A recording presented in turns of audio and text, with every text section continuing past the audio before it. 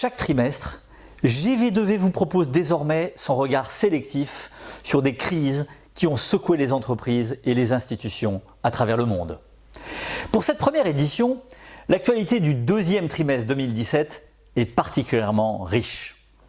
De Hyundai à Uber, en passant par Lafarge-Holcim ou United Airlines, certaines marques emblématiques ont été éreintées par la crise, qui n'a pas non plus épargné les gouvernements et les grandes institutions, à l'image du FBI ou de la ville de Londres endeuillée par un terrible incendie, ou du virus Ebola qui a sévi quelques semaines en RDC.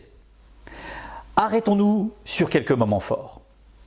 Chez Hyundai Kia, le géant coréen de l'automobile, c'est un lanceur d'alerte qui est à l'origine du rappel, en mai dernier, de près de 250 000 véhicules.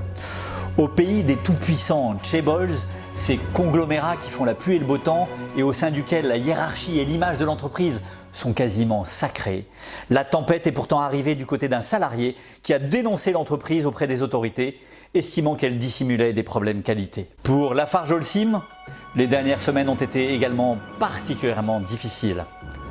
L'entreprise, qui exploite une usine syrienne depuis 2012, a été notamment accusée par l'ONG Sherpa de financement d'entreprises terroristes. À la suite d'une enquête aux conclusions très sévères, le groupe a dû faire amende honorable, créer un comité d'éthique, d'intégrité et de risque et remercier son directeur général, Erik Olsen.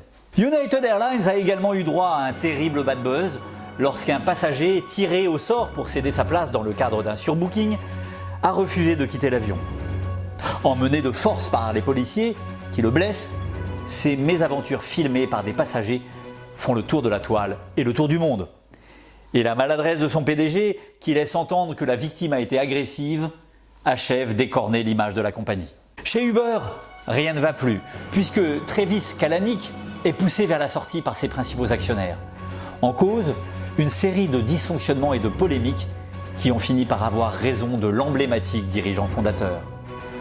De l'utilisation d'un logiciel espion destiné à protéger ses chauffeurs des contrôles de police, à une plainte de Google accusant la licorne de pillage de logiciels, en passant par des accusations de harcèlement et de politique sexiste dans l'entreprise, sans compter la publication d'une vidéo révélant une altercation entre Kalanick et un de ses chauffeurs, Uber a vécu la période la plus critique de son histoire.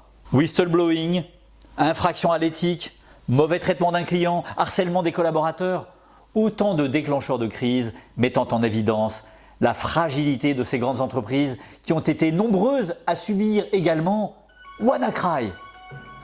Cette cyberattaque, avec demande de rançon, s'est révélée la plus importante de l'histoire, touchant 150 pays, paralysant de grandes institutions comme le NHS en Grande-Bretagne ou des grandes entreprises comme Telefonica, Honda ou Renault.